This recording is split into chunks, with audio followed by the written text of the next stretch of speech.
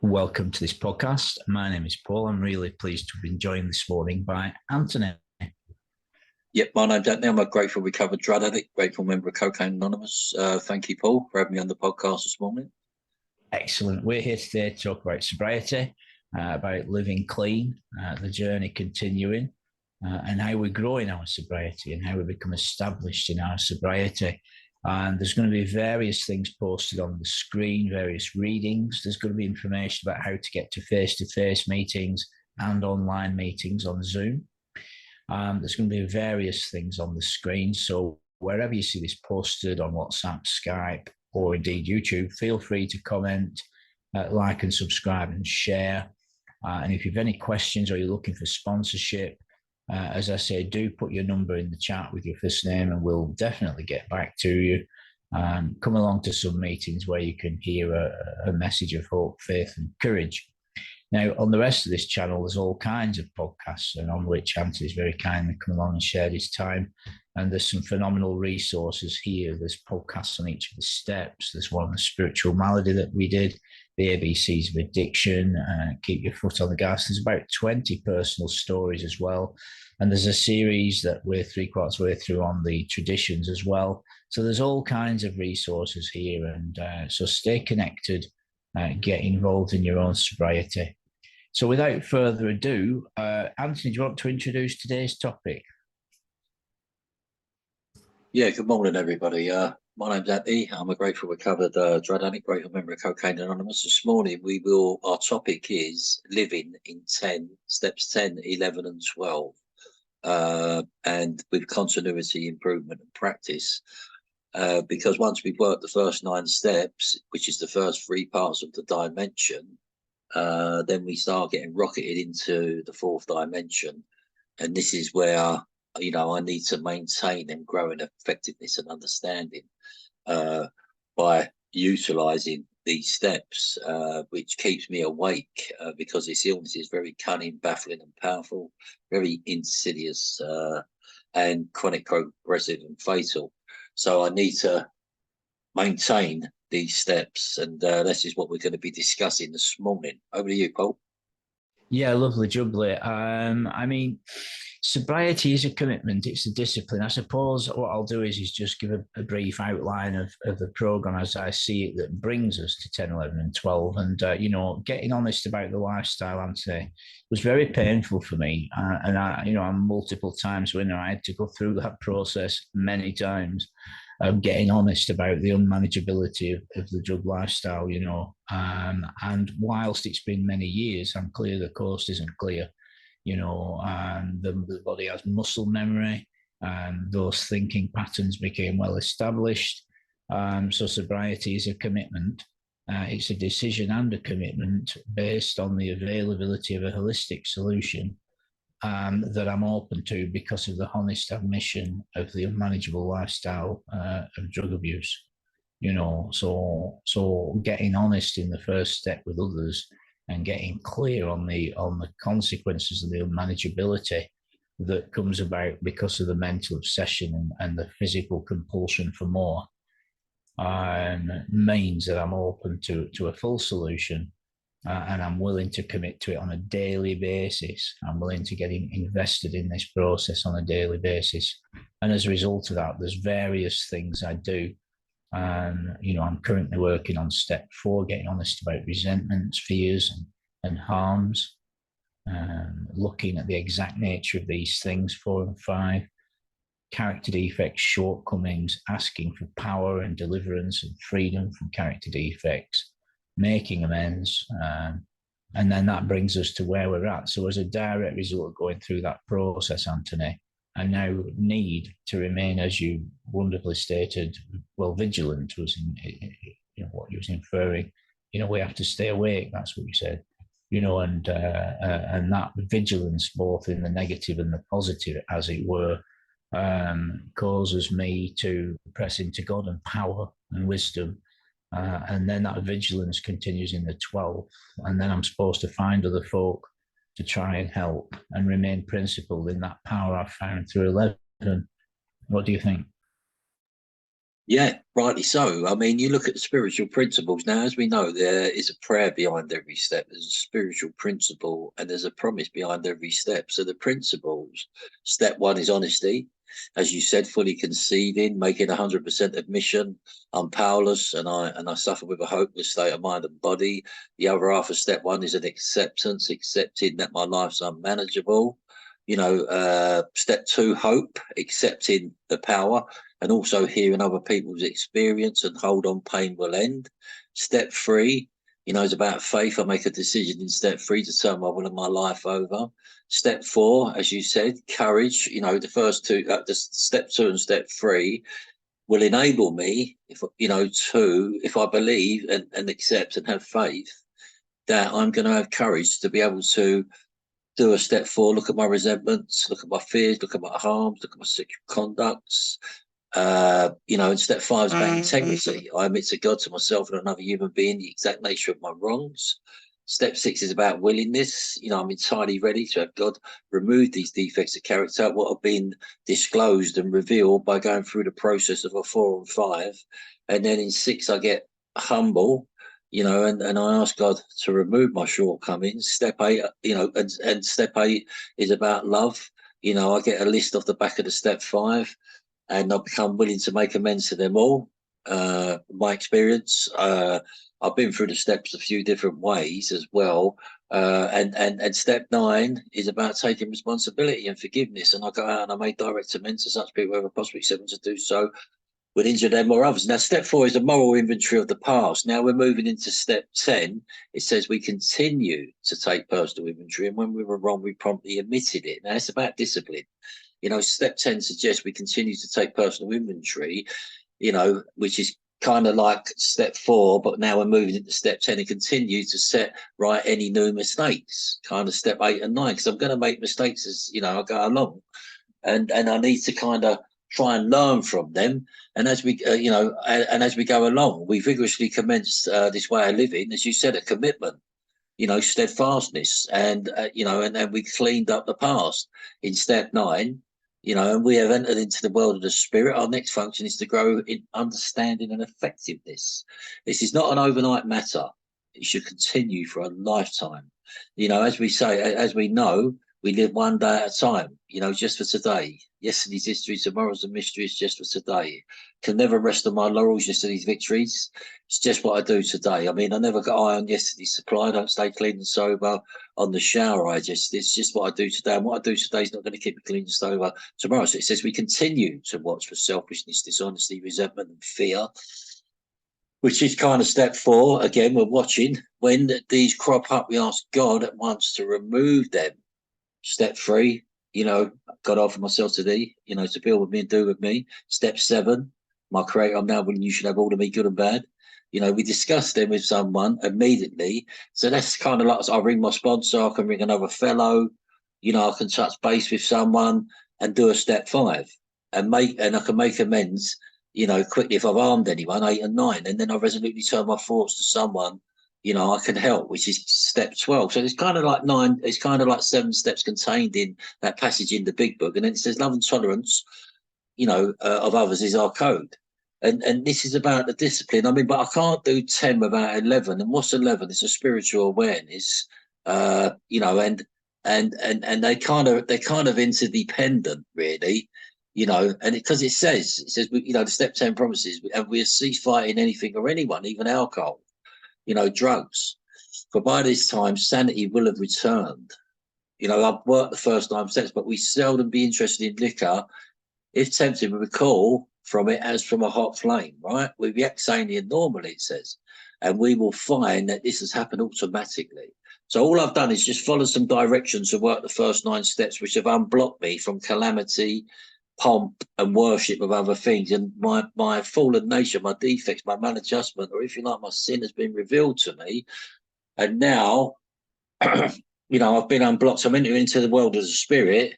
I want to be above and not below. And it says, so I want to keep following this. It says we will see that our new attitude towards liquor has been given us without any thought or effort on our part. It just comes. All I've done is work the first 9 steps. That's a miracle of it. And we're not fighting it, neither are we avoiding temptation. We feel as though we've been placed in a position of neutrality, safe and protected. We have not even sworn off. Instead, the problem has been removed. It does not exist for us. We are neither cocky nor afraid. That is how we react, as long as we keep in fit spiritual condition. So this is where the 10 and 11 process does come in, because they're interdependent, right? You know, and so on awakening, you know, so step 10, you know, it's about watching, continuing. It's a discipline.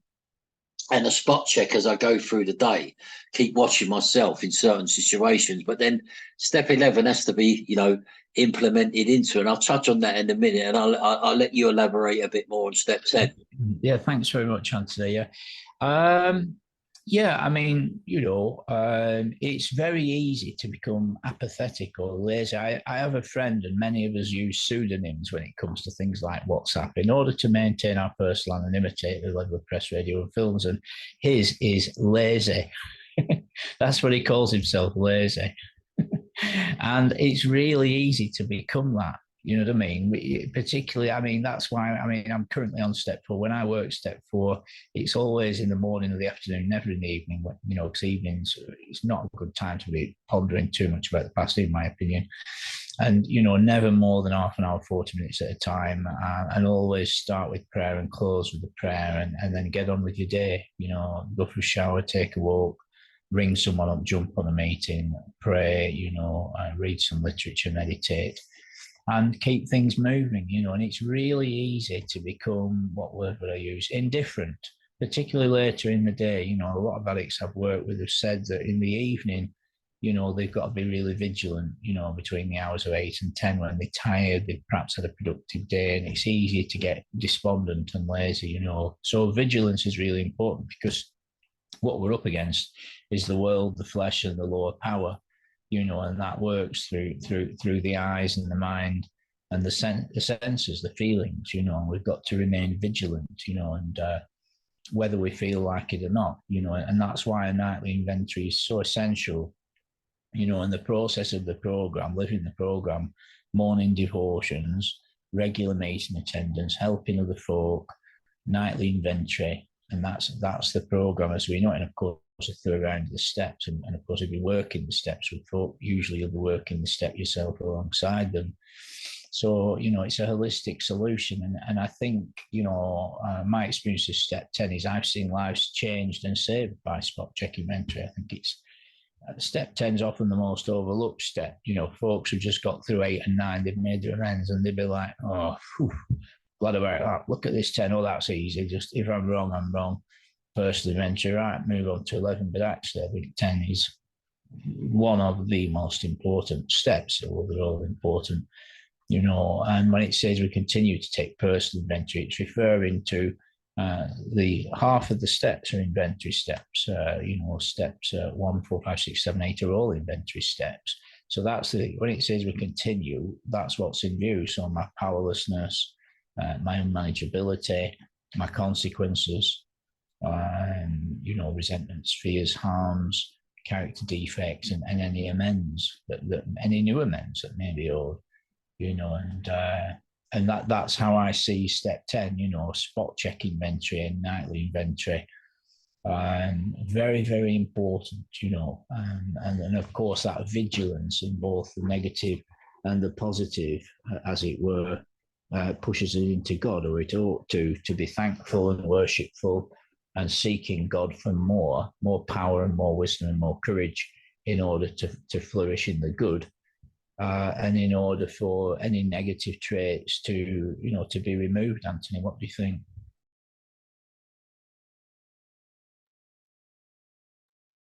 I certainly agree with you. Yeah, so, you know, it is about watching to keep the emotional balance, and through fair weather and foul, really, and the continuous look at our assets and our liabilities, right?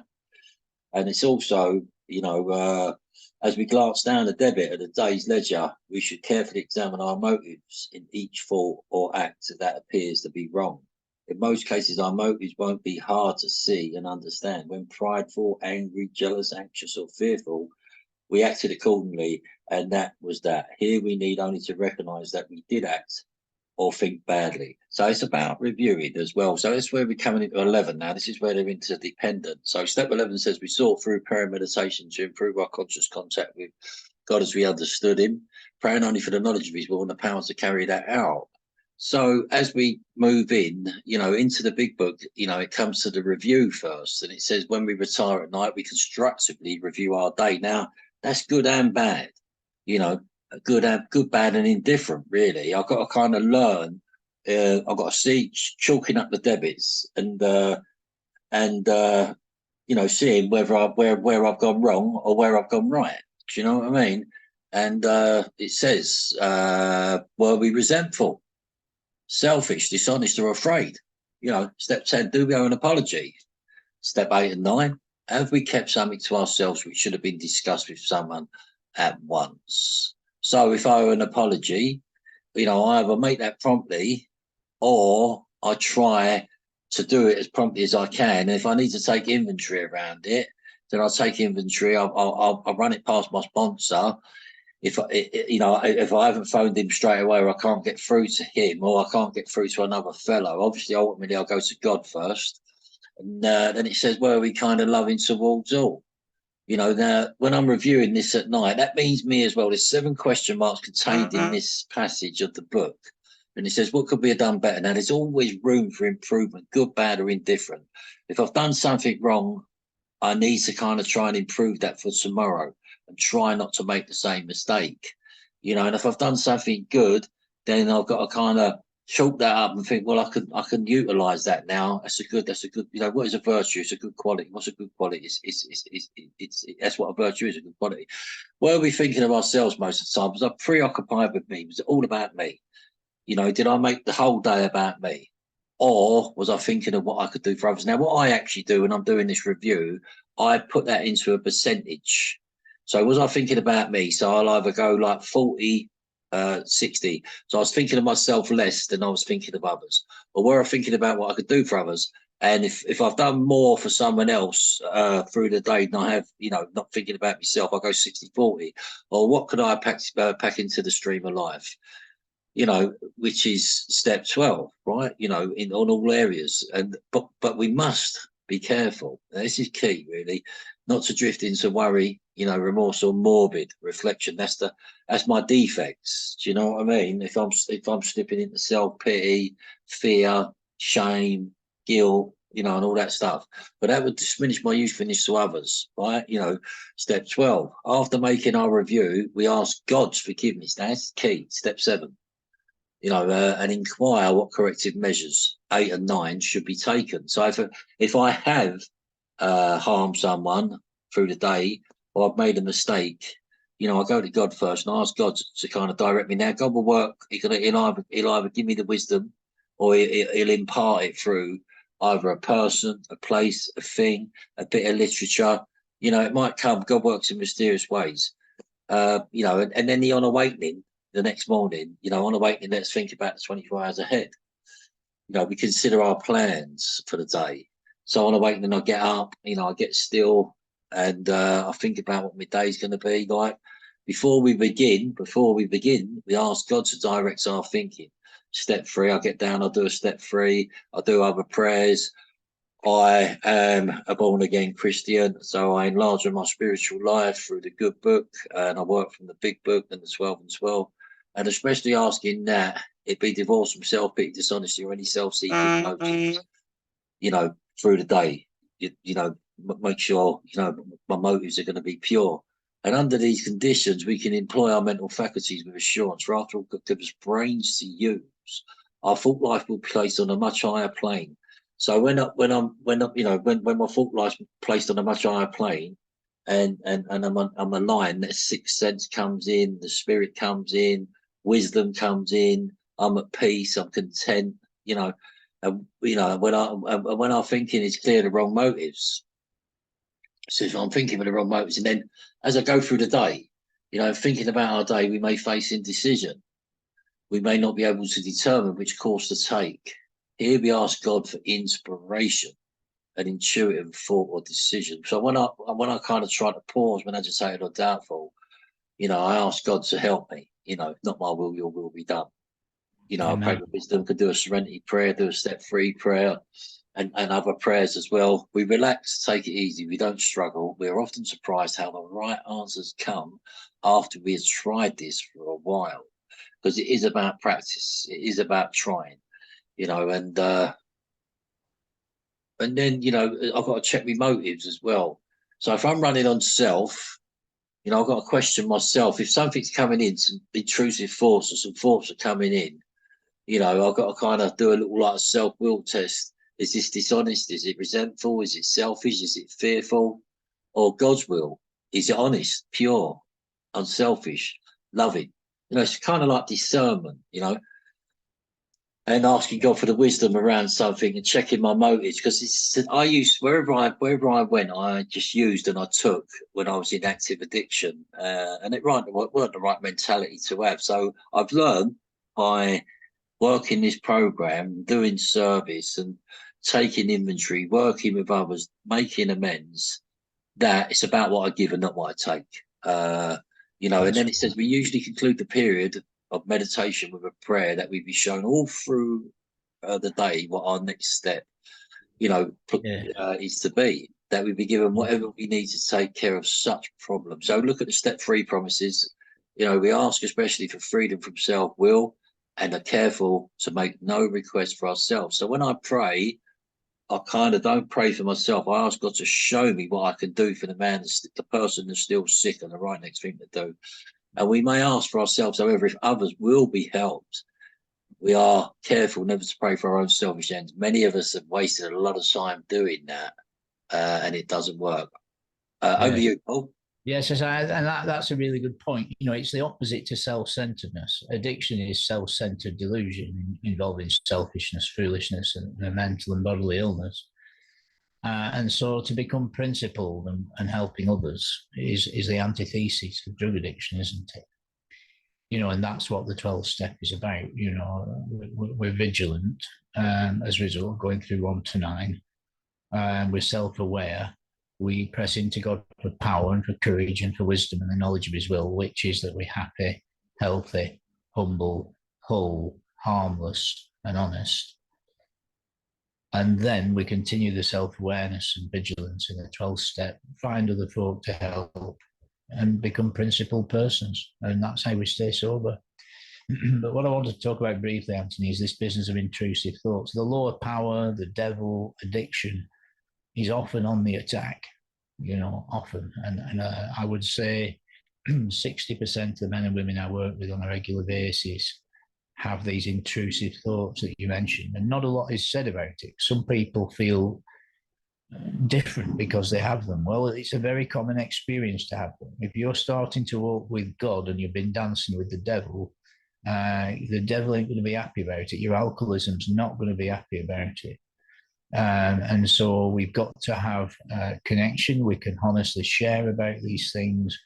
We've got to declare the truth. We've got to know the truth. And we've got to gird up our minds in the truth, haven't we? We've got to be strong in what is true and what is good and what is right. And, you know, the 11th step you mentioned, you know, staying in prayer and learning to pray. A lot of these persons early in recovery need to learn how to pray. I mean, prayer is the very best thing, as you often share, that a man or a woman can do. You know, prayer is the oxygen of life. Prayer is a much better substitute than drugs. You know, inventory, prayer, helping others is a great way of life. You know, we're no longer worried about selling gear. You know, we've got a message to carry in God's power that can set people free. You know, and so yeah, if there's anyone suffering from intrusive thoughts, as many do in early recovery and in long-term recovery, you know, you can share about these things and you can strengthen your heart and your mind in the truth. You know, and I'll say this as well, Anthony, you know, in early AA in the 30s, 40s and 50s, they made some very powerful discoveries, very profound and simple discoveries that anyone could remember. One, those that spent time with the Creator every morning, most of them stayed sober. Most of them that didn't. Those that found someone to help every single day, most of them stayed sober. Most of them that chose not to do that didn't. those that built up their walk with the Creator outside of the rooms of AA as well as the rooms of AA, and most of them stayed sober, and many of them that chose not to, that didn't. So if you want to stay clean and sober, then spend time with the Creator, find someone to help every day, and build up your own walk with God outside of the meetings as well as in the meetings. So, moving on to the 11th step, learning to pray is so important. It involves humility, and some of the best prayers are thanks, sorry, help, please, teach me, guide me how to live. I have a friend with 3 decades of continuous sobriety, Anthony, and he says he's made a lot of mistakes in his recovery, but the one thing he's done every single morning of those 30 years that he attributes his continuous sobriety to is, God, I'm an alcoholic addict. Grant me power, grant me wisdom, keep me clean and sober today. Show me who I can help today. I turn my thinking and actions over to you today. Amen. And if that's all he's managed by way of prayer, that's what he's done every single morning. So there's a step 1, 2, 3. Even so simple as that is a very powerful spiritual tool. So if there's anyone new to sobriety, or indeed anyone with many years that's helping others, it's a very important part of sponsorship to get folks, whilst you're teaching them the steps, because that's what we do, Anthony. The purpose of the group is the teaching and practice of the steps. We share our knowledge and experience, and as well as going through that step, particularly early on when someone's fresh into sobriety, we teach them how to live the program, and that's a very important part of it. And indeed, that is vigilance, 10, 11, and 12. You're vigilant and honest, and so you're prayerful, and God will make you principled and give you folk to help. What do you think? I wholeheartedly agree with you 100%. Wholeheartedly. And I love what you said. When we first get here, the devil's not happy. The illness, the disease is not happy. The alcoholism is not happy. It don't want us. So this is where these intrusive thoughts start coming in. And this is where, as we say, prayer is not the least we can do. It's the most we can do. I was told when I first come in to just get down on your knees and pray, to be fearless and thorough, right? From the very start. It says it, we beg of you earnestly to be fearless and thorough from the very start. So any newcomers here listening to this podcast, anyone back from a relapse, this is cunning, baffling, and powerful.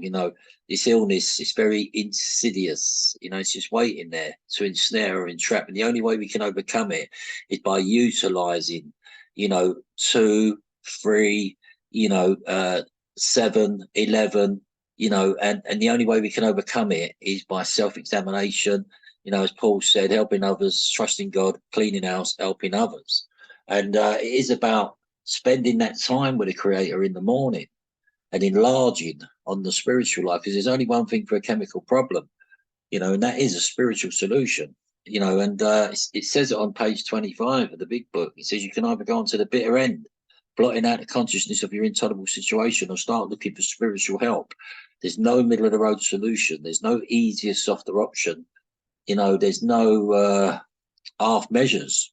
You're either going to trust God, clean house, or help others, or you're going to go on to the bitter ends. And this is where 10 and 11, once you've worked the first 9 steps, come into play. And there's step 11 promises as well. It says, as we go through our day, we pause when agitated or doubtful. As we've already discussed, there's a prayer behind every step, a spiritual principle behind every step. And it is about vigilance. It is about being vigilant. It is about watching, because this is about spiritual awareness. So it's the 4th and the 5th column. The 4th column, is the defects, and the 5th column is the assets. So self-will, God's will. And it says we constantly remind ourselves we're no longer running the show, humbly saying to ourselves many times each day, thy will be done, which is the 5th column, which is the assets, the virtues, God's will, unselfishness, purity, honesty, and love. And we are then in a much less danger of excitement, of fear, anger, worry, self-pity, or foolish decision, which is the 4th column. We become much more efficient We do not tire so easily, for we are not burning up energy foolishly, as we did when we were trying to arrange life to suit ourselves. It works. It really does. You know, and the first 11 steps, you know, because we've been moving into step 12, is the alignment, really. And in the first 88 pages of the big book, and then we got the 12 and 12, which was published, I think it was 13 years after the basic text was printed. It's mentioned, I think it's 124 times in the first 88 pages, to work with others. And then you're moving into chapter 7, which is actually working with others. And this is where the 10, 11, and 12 process. So us going through the work is there to prepare you to work with others. As Paul said, people who got down in the mornings, you know, the early AAs, they got down in the mornings, they done their daily devotional, you know, they bowed to this power, they give him all the glory, and then they went on to work with others, you know, and they remained sober day by day. Their days added up into weeks, the weeks into months, and the months into years. You know, so it works. It's a proven fact. This recipe works. It's like if I'm baking a cake and I miss out on a bit of the ingredients, then it's not going to work. It's the same as these steps. You know, 12 steps. Trust God, clean house, help others. And we're actually moving into step 12. And this is where, you know, the spiritual principle is about service, generosity of spirit. You know, I've been given this gift, and who am I not to actually give it back when I've been given it? You know, and there's actually a survey got done on people that went on to work with others had a more success rate in their recovery than anybody else. You know, it's kind of like the first two commandments: love thy God with all thy heart, with all thy soul, and all thy might, and all thy strength, and love thy neighbour as you love thyself. And that's mentioned in the literature as well. You know, so step 12, having had a spiritual awakening as a result of these steps, we try to carry this message to addicts and practice these principles in all our affairs. You know, so it's this practical experience. You know, page 60 in the book, that nothing will so much ensure us immunity from drinking, using, as intensive work with other alcoholics. Now, there's a little chapter at the back as well in the big book, and whenever I'm working with others, I always point that out to them. It says after the forward to the first, inquiries by scientific, medical, and religious societies will be welcome. Now, this is not a religious program; it's a spiritual program of action. It's about getting a relationship with power. And it says about it's a Christian principle, self-insurance. You know, it says it in the Bible: do unto others as you'd have them do to you. It talks about it in the book of James: whoever turns a wanderer from his ways don't only save his soul, but covers a multitude of sin. And it also says in the Bible, lest you do for me, you do for my brother. And it's a thread for all our, you know, universally faiths. And you know, so it works when other activities fail. This is our 12th suggestion: carry this message to other alcoholics, addicts. You know, you can help when no one else can. So my experience is there to benefit. That power of identification, I can relate to you. You know, when I can identify with that. Do you know what I mean? I can identify with losing the power of choice and the power of control. But I've worked this program, and I now got a power of choice and the power of control. But I have to do certain things, essential requirements to stay here. And you can secure their confidence when others fail. Remember, they're very ill. You know, and I was there. I remember my first sponsor.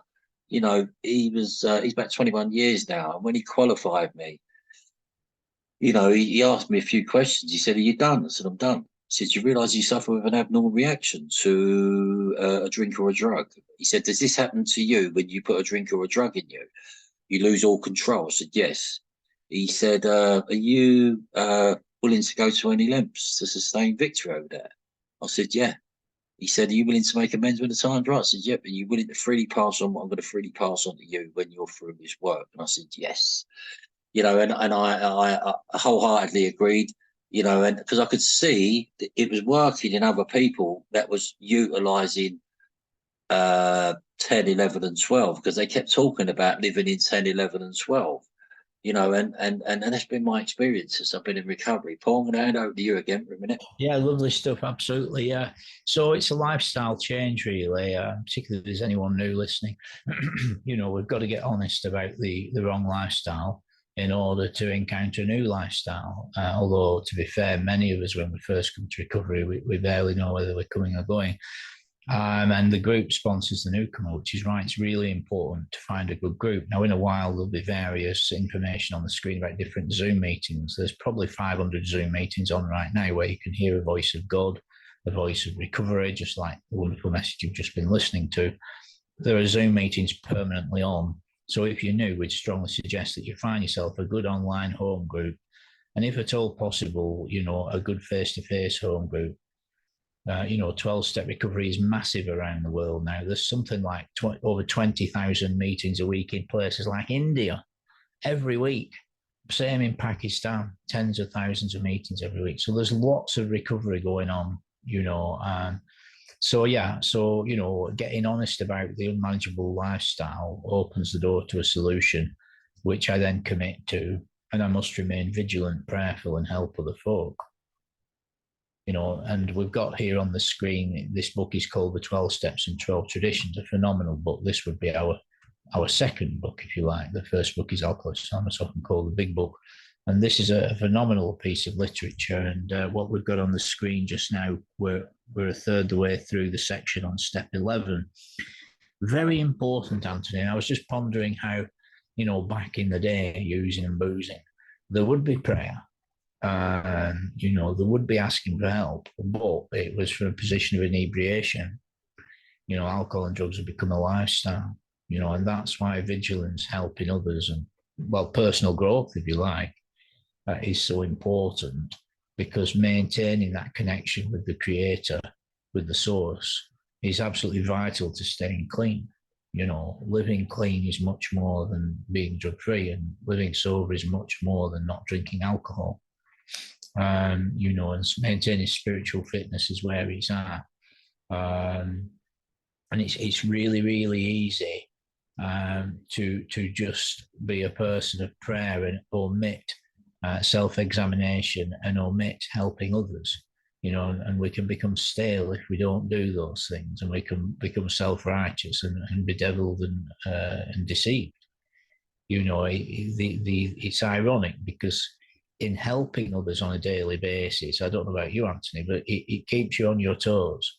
It really does, and you and me know we encounter some real characters in this process, that really are quite challenged and challenging individuals. I'm glad to say it's not very often, but every week or two, I'm just reminded about the reality of distorted perceptions and how challenged some folks can be that you encounter. It's really, really interesting that, the 10th step is about vigilance and self-examination. The 11th is about prayer and power, God's power. And then the 12th is about being principled and helping others. Whilst helping others, it causes you to go back to the 10th step quite a lot, and to the 11th step asking for power and wisdom, and a way forward. And sometimes it almost is like living by prayer. Occasionally when you're working with certain individuals, like, wow, I need to get this person through these steps quickly, because they're in such a way. When we first come into recovery, we're often still quite challenged, aren't we, and bedeviled and things like that. And folks don't realize it. You can't quite put it in those terms because they're unaware of it. And so I think it really helps you to seek God and seek God's mind and God's heart, God's counsels when working with others, which is what the 12th step is about. And before you know it, you're set on your feet yourself. Those that live close to the well never go thirsty, and that well is God, the source, and well people, and I've met some of the best people I've ever met in these groups. I really have, face to face and online, Anthony. And we do have to stick with the winners. We've got to be sensible. We've got to be careful, I think, as well. Part of that vigilance is other people's alcoholism. Indeed, the only problems I have these days, which are relatively infrequent, is in trying to help others with their problems, which is a total sea change. Maintain vigilance when working with others that have the alcoholic mind. The general ethos around here is to get clear of alcohol, brackets, insert any drug, because it all produced drunkenness, Anthony, whether it was out of a spoon, a pipe, a bong, a foil, or a spliff, or a bottle, it all produced drunkenness, all of it, which is why I love our basic text, Alcoholics Anonymous, the big book, maintaining emotional sobriety whilst trying to take people out of the sea of alcoholism is so important. I get clear of alcohol, then I learn how to generally stay clear of alcoholism, and then I find someone else and help them get clear of alcohol or any other drug, and then I help them learn how to live free from alcoholism, and then they find someone else, and thus we grow. And now over 20 million folk around the world have found lasting sobriety through the many 12-step programs.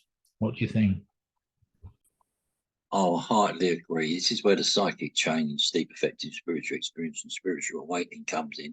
That lifestyle change. We come here for the using and the drinking, we stay for the thinking. The thinking, the feeling, the behavior, and the being starts to change when we make that alignment. And God starts doing a work in us that we couldn't do for ourselves.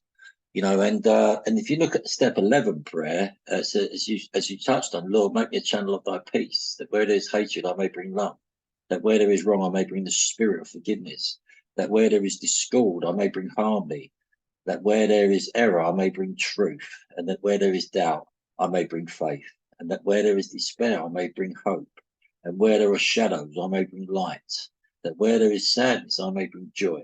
Lord, grant that I may seek rather to comfort than be comforted, to understand than to be understood, to love than to be loved. For it is by self-forgetting that one finds, and it is by forgiving that one is forgiven, and it is by dying that one awakens to eternal life. Amen. So this seems to prove that one alcoholic could affect another as no non-alcoholic could. It is indicated that strenuous work, one alcoholic with another, was vital to permanent recovery. And that's a thread throughout the book. He says, I soon found that when all other measures failed, work with another alcoholic addict would save the day. AA Big Book, page 15. And, the broker Bill W. and the early old timers had worked hard with many alcoholic addicts on the theory that only an alcoholic addict could help an alcoholic addict. But they had succeeded in only keeping sober. See, this is the thing. In the 10, 11, and 12 process, when I'm working with a prospect, it assures me immunity as well from alcoholism, because I'm giving this back, but I've got to stay in conscious contact with the creator, and I can't take no credit for none of that. Do you know what I mean? That all goes to God, and it's all happening by God's grace. I mean, I believe that God will move the mountain, but I've got to bring the shovel. I do also believe that I'm only responsible for the effort, and God's responsible for the outcome. He says they suddenly realised that in order to save themselves, they must carry their message to another alcoholic addict. AA Big Book 4th edition. We have recovered and then been given the power to help others. That's on page 132 of the big book. And it also says, but if you are shaky, you had better work with another alcoholic. That's on page 102.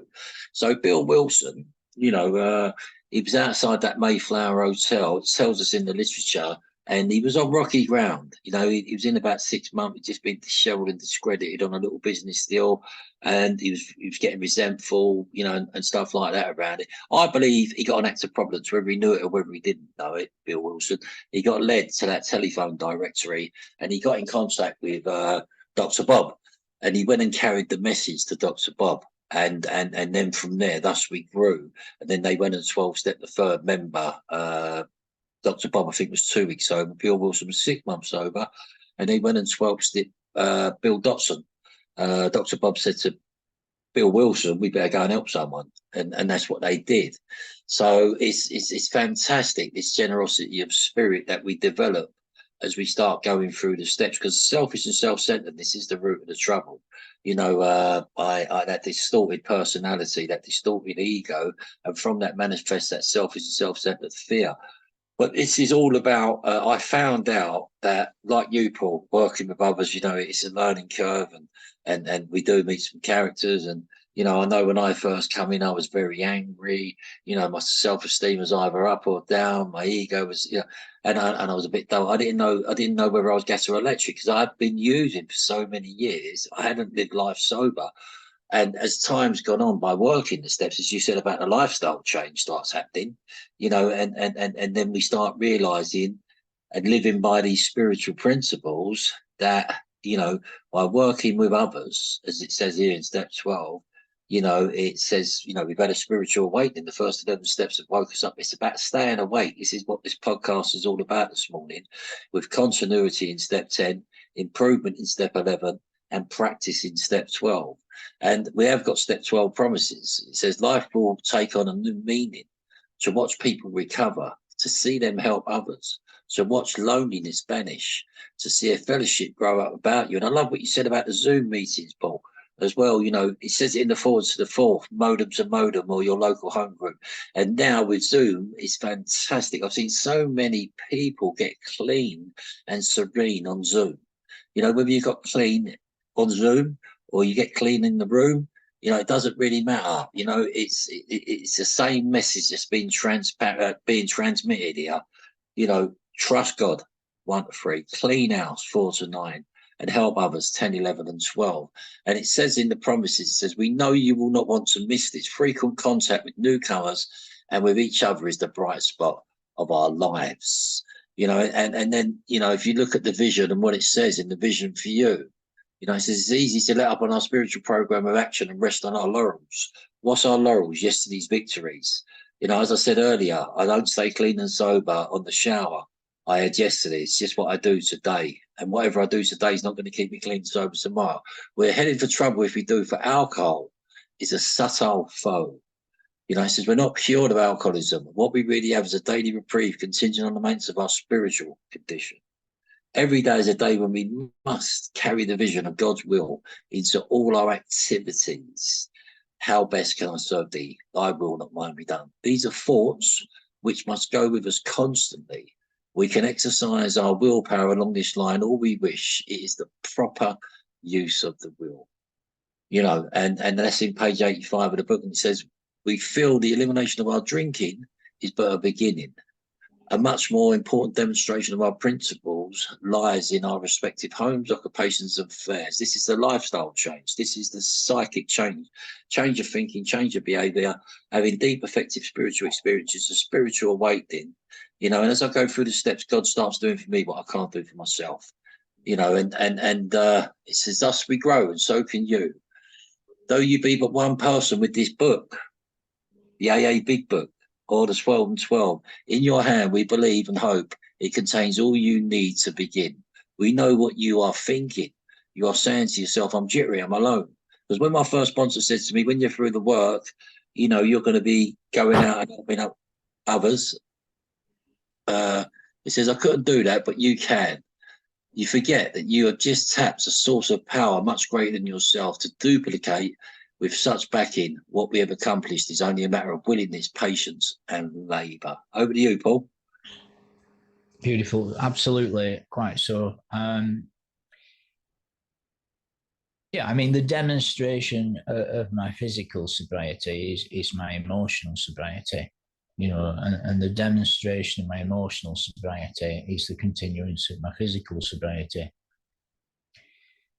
If I'm concerned about my thinking, my speech, and my behaviour, then very likely I will stay physically clean and sober. You know, and that's the lifestyle change, the priorities change, the emotional rearrangement, the internal shift. That's the kind of change that happens, you know. And to see people, you know, and that's why we're so passionate in meetings to carry this message, because of the transformation that happens. You know, that's really what's on offer here, is a transformed life, and that's what the steps produce. You know, I have a friend with many years clean and sober, and he's really struggling at the moment with the things of the flesh. You know, he's still clean, but he's really struggling. You know, and he's not in the book with anybody. And he's not developing that personal relationship with the Creator, with God. So we had to have a start conversation the other day, and we'll see how he gets on. there are many persons out there, Anthony, who come to our meetings, and they're perhaps Mohammedans, Muslims, or Hindus, or Sikhs, or Buddhists, or atheists, or Jehovah's Witnesses, or Bible-believing Christians, and they can't stay clean and sober. Well, they've been trying to practice the 11th step without the first 10 and without step 12. They've been trying to stay clean with prayer and medication. And that's what I did. I would use, but I was still generally maintaining, some kind of fitness, but drunk or high every day.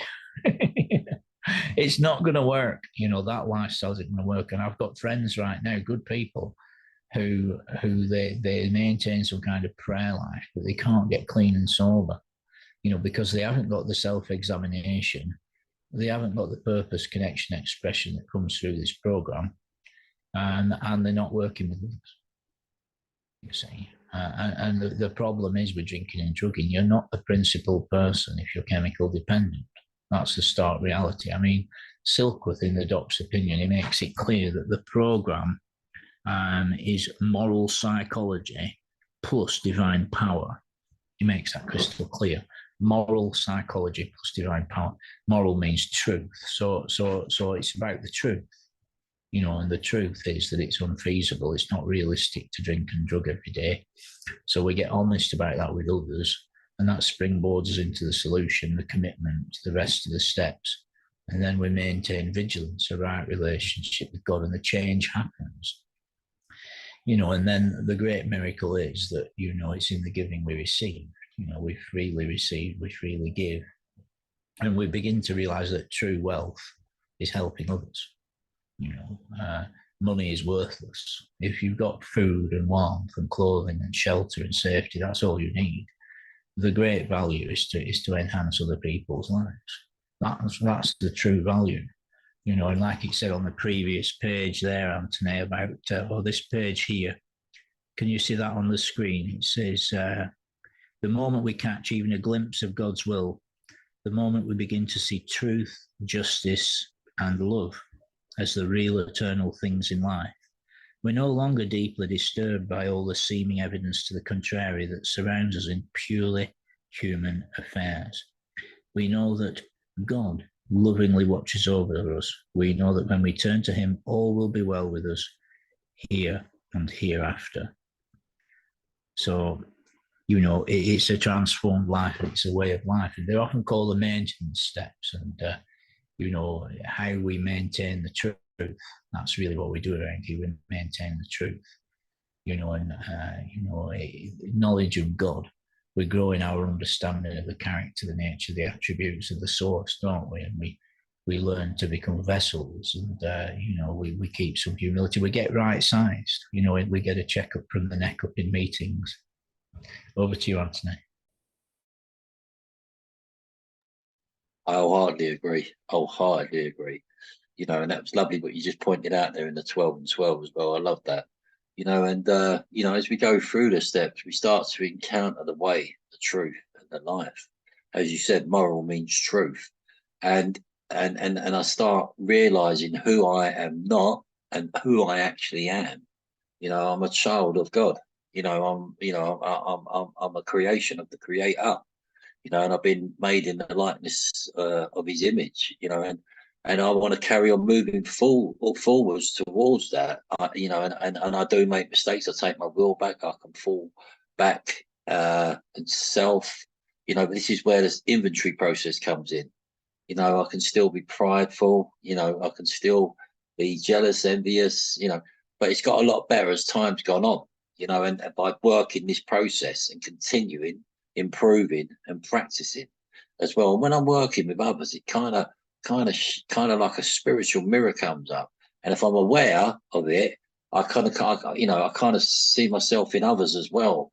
The characteristics and traits and roles and stuff like that. And it's this process, we're always learning in this process as well. My sponsor, he's 30 years sober, this guy. And he's very humble man. He says, "Thank you very much for the inventory. I've really, and it kind of talks about learning from others as well through this process as well. We're always learning. When we got if I'm in alignment and I'm aware, my intuition, and I'm receiving the spirit, the sixth sense that book talks about. But if I'm receiving the spirit, because there's only one thing for a chemical problem, that is the spiritual solution. And I'm above, and I'm in God's will, then I can be receptive to what God's trying to teach me, because God is, he's omnipotent, he's omnipresent, he's omniscient, he's omnibenevolent, he's all powerful, all present, all knowing, and all loving. And it is that chapter in the book, Acceptance is the Answer, talks nothing happens in this world without God, and I wholeheartedly believe that, like you do. I know, Paul, I know you do as well, brother. And so just from my last comments is, remember, recovery from a seamless open state of mind and body is possible. So if you're back from a relapse, just look at the demonstration of faith working in others who were of the hopeless variety. And they're now clean and they're now sober. As we've spoken about on this podcast, the days add up into weeks, the weeks into months, and the months into years. But you've got to put some action in. So it's possible by working the 12 steps as directed in the big book of Alcoholics Anonymous, or the 12 and 12 every day. There is much more work ahead. This is just the beginning. The more I think I know, the less I know, because more will be revealed. Remember not to get cocky or lazy. Trust God, clean house, and help others, and your life will start changing. I'm going to leave it there, Paul. Lovely stuff, Anthony. That was beautiful. And on the screen here is a screen. Bear in mind, you can pause, rewind this podcast, and come back to it. You can share it, you can like, you can subscribe, you can comment, you can reach out for sponsorship, or if you have any questions. Me and Anthony are regularly available to help, as are millions of others around the world in these rooms. So you can take a screenshot of this. This is Cocaine Anonymous Resources. Today, we've largely been reading from 12 Steps and 12 Traditions, which would be our second book. Our primary book would be Alcoholics Anonymous, the big book. Both those books can be listened to or read anytime, completely free at aa.org. The entire big book is on YouTube. Just type in Big Book or Alcoholics Anonymous into YouTube. There's obviously this Cocaine Anonymous YouTube channel, amongst hundreds of other very good recovery channels on YouTube. So there's also Hope, Faith, Courage, and a Quiet Peace. Now, all those books I've got on PDF. So if there's anyone would like a range of resources sent to them on WhatsApp, if you put your number in the chat, we will do that. Meetings, there's loads and loads of great meetings on this screen. Again, take a screenshot of this. This is CA UK Helpline, the bottom right. UK Samaritans, all these meetings are on every single day. We're part of a group that's on 3 times a day, every day, 2 o'clock, 8 o'clock, 9:30 UK times. That's the meeting ID at the top there in the purple box. And all those meetings in green are on every single day. So please come along, you're welcome. Just because there's Zoom meetings, very few people put your camera on. You're certainly not obliged to put your camera on. You're not even obliged to speak if you don't want to, although you're welcome to share if you would like to. And you'll be able to get yourself a sponsor and learn more about the problem in order to apply the solution. So without further ado, would you oblige by reading the 9-step promises, Anthony? Is that all right?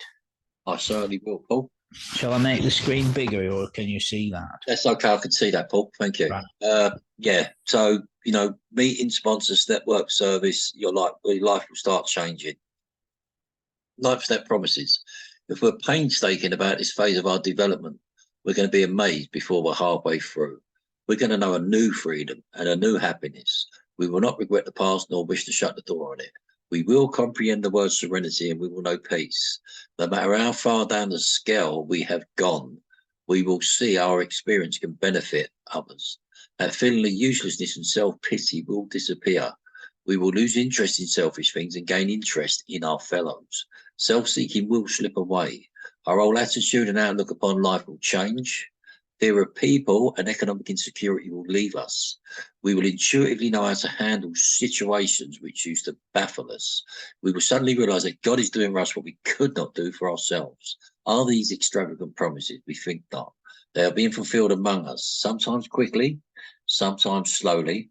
They will always materialize if we work for them. Thank you, Paul. Absolutely. Verily, verily. Thanks so much. That was beautifully read, as always. Listen, appreciate you, Anthony. Appreciate your time this morning. It's been an absolute delight. So shall we close out with the wee version of the Serenity Prayer? Yes. Okay. Do you want to count us in?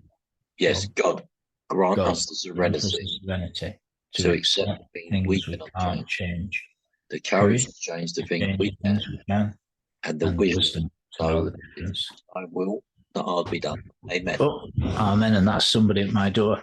Okay, God bless your family. Stay strong, stay safe. We'll be back soon with another podcast.